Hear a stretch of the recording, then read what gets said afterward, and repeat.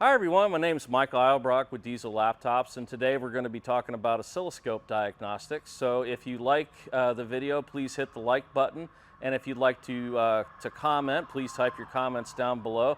And also, if you want to see future videos with the scope and with me instructing, please hit that subscribe button so you can get future content from us. Thank you.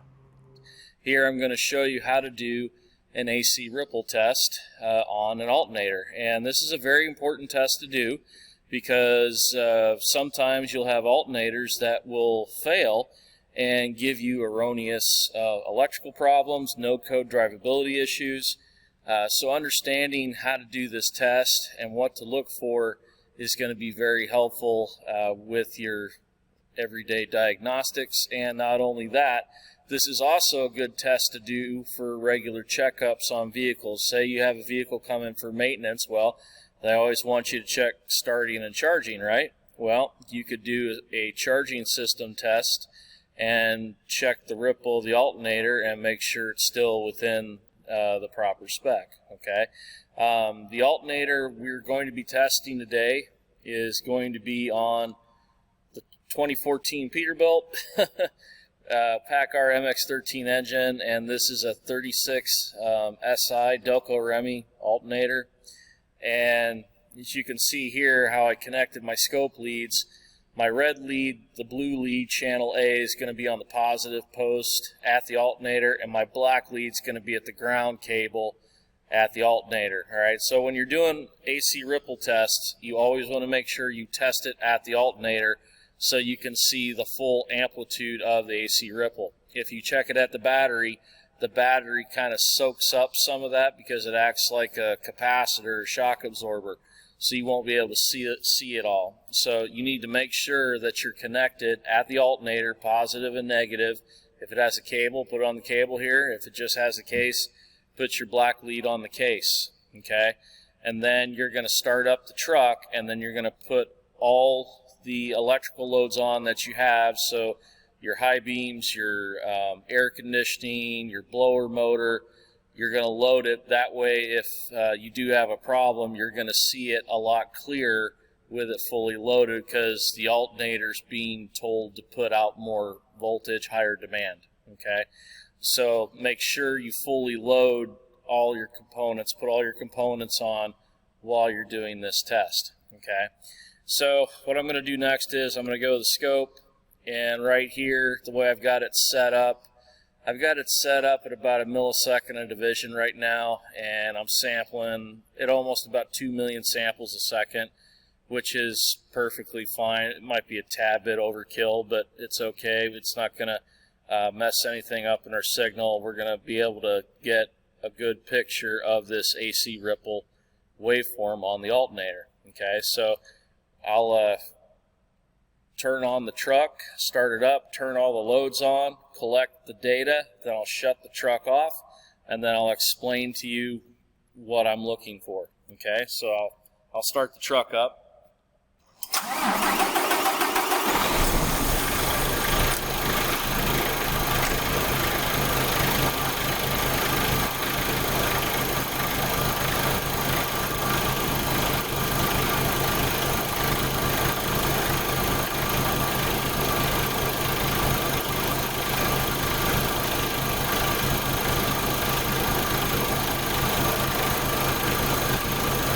So this is a capture AC ripple.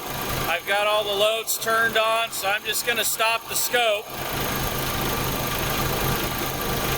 I'll shut the truck off and I'll explain this to you.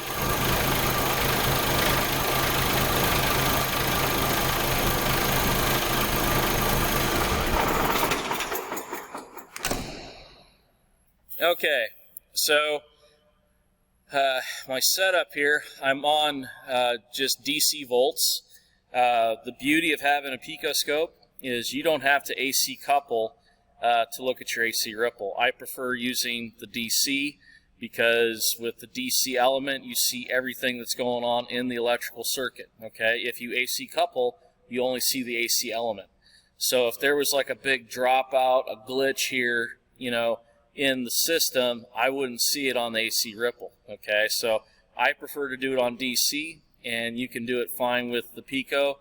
You don't really need to use AC couple for anything really anymore, in my opinion. Okay, and that's due to the vertical resolution capability of the scope. Okay, so now if you'll notice at my A channel here, I'm at 20 volts. Okay, so if I click on my channel options here and I click on display and look at my scaling, I have actually vertically enhanced this about 12 times. Okay, so if I take this down all the way back to 1 and then I move this back up,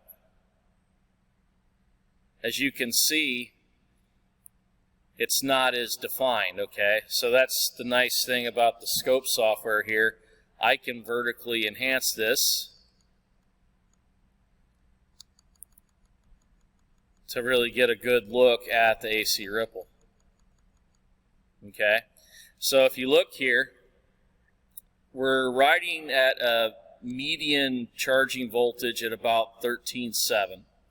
Okay, and then the highest it gets is about 13.86, 13.95 at the top. Okay, but if you notice here, let me take my measurement rulers here. I'll go from the top and then the bottom.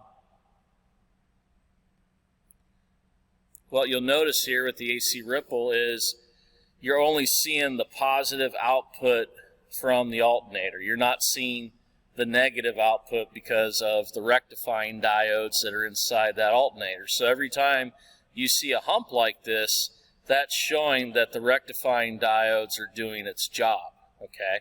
Now, if you looked at your AC ripple waveform and you noticed that one of these humps was missing, or you had several humps missing, then that tells you that you've got bad rectifying diodes in your alternator, and you need to replace the alternator. So when that happens, you can have a ton of different drivability issues. You can have intermittent problems, low power, things happening when they shouldn't. And the reason why is because when you have a rectifying diode go out in your alternator, you're now putting more AC voltage into that system, and electronics, computers work off of DC voltage.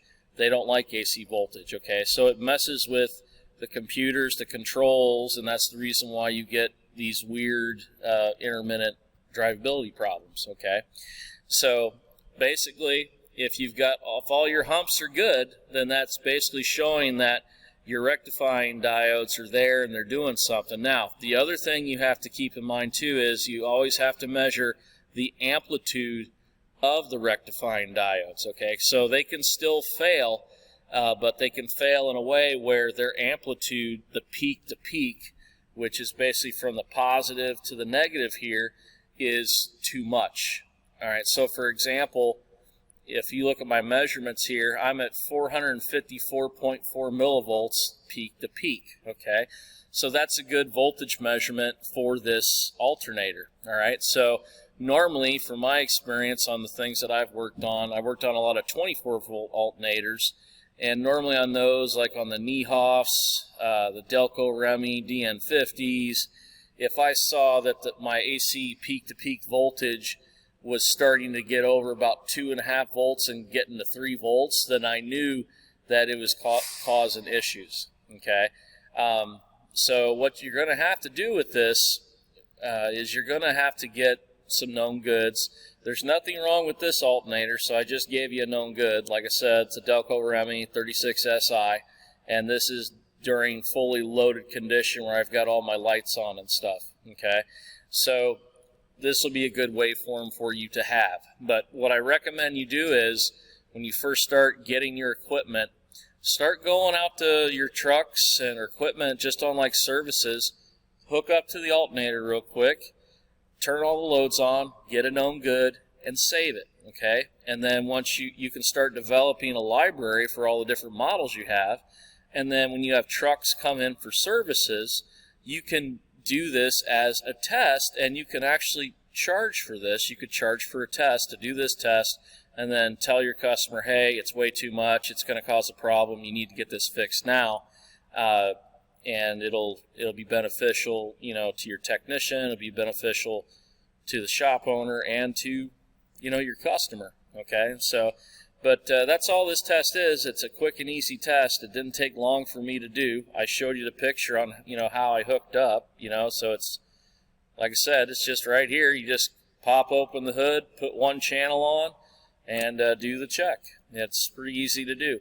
One other thing though I will tell you, please make sure that your batteries are fully charged and are in good shape, because if they aren't, then this will also make your AC ripple increase, because like I said, the battery acts as a capacitor and it helps dampen that. So if you've got batteries that are bad going weak, you're going to see a higher ripple as well. So make sure your batteries test and pass before you start this test. Okay, and then make sure your cable connections are clean as well, and then do your test. Also, if you want to get a little bit more detailed in your test, just to make sure that the batteries are getting a charge, you could just hook up another channel straight to the batteries with your scope, and then you could compare what your voltage is at the batteries compared to your alternator, and if the voltages are the same, then you know your cables are good. You don't have a voltage drop going to your cables to your batteries. Okay, so you could also do that as a next step, but I figured just showing this first step would be easy to show to everyone. It's quick, it's easy. You can make this as a maintenance item, and you can charge, you know, to do these tests. And what's even sweeter about it, you know, once you're done with the test, you can go up to here and you can print this out. Okay, so you can print this out, and then see, so it'll show the screen, and then I can print this to my printer if I want to. So I've got it on one of my printers, so I can have it as a landscape, or I can make it a portrait if I want. Okay, and then I can also have line markers in here if I want to do it. So just depends on what you want to do. And then not only that, later on I'll show some other features of the scope, how you can change software, so you can go in here and actually put your shop name in here and it'll show it on the picture for you. Okay, so I can just go to here, I can hit print,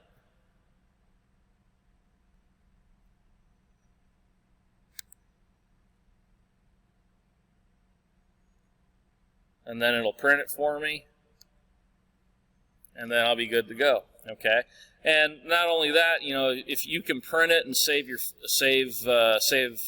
waveforms like that if you want, or you can just go right here, click on the floppy disk drive, and then you can put all your information here and save it. I'll have to do another video later to show what all this entails, but you could save it, and then you could use that for future reference as well. If you like this video, please make sure that you hit the like button down below. And if you have any comments, please make sure to comment about any questions that you have about the video. And also, if you want to see future videos of me giving you instructions on scopes, please make sure you hit the subscribe button.